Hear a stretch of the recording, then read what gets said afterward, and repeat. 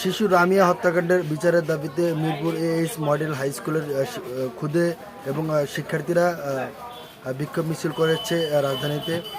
এভাবেই প্রত্যেকটা school college ক্যাম্পাসে ছড়িয়ে যাক রামিসা হত্যাকাণ্ডের বিচারের দাবিতে।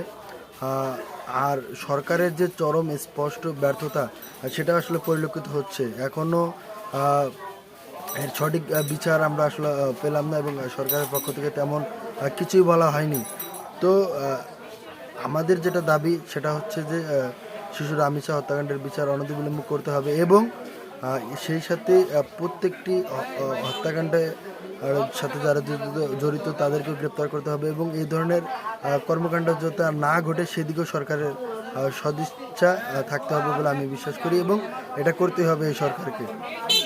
ইনকিলাব জিন্দাবাদ এবং প্রত্যেকটি যৌক্তিক আন্দোলনের সাথে এদেশের আপামর ছাত্র সমাজ, স্কুল কলেজ মাদ্রাসা থেকে ভার্সিটি প্রত্যেকটি স্তরের ছাত্র সমাজ বিচারের দাবিতে, ন্যায্য বিচারের দাবিতে ন্যায় এবং ইনসাফের পক্ষে কথা বলবে, এতটুকু বিশ্বাস এবং 5 আগস্ট পরবর্তী সময়ে এটাই কাম্য।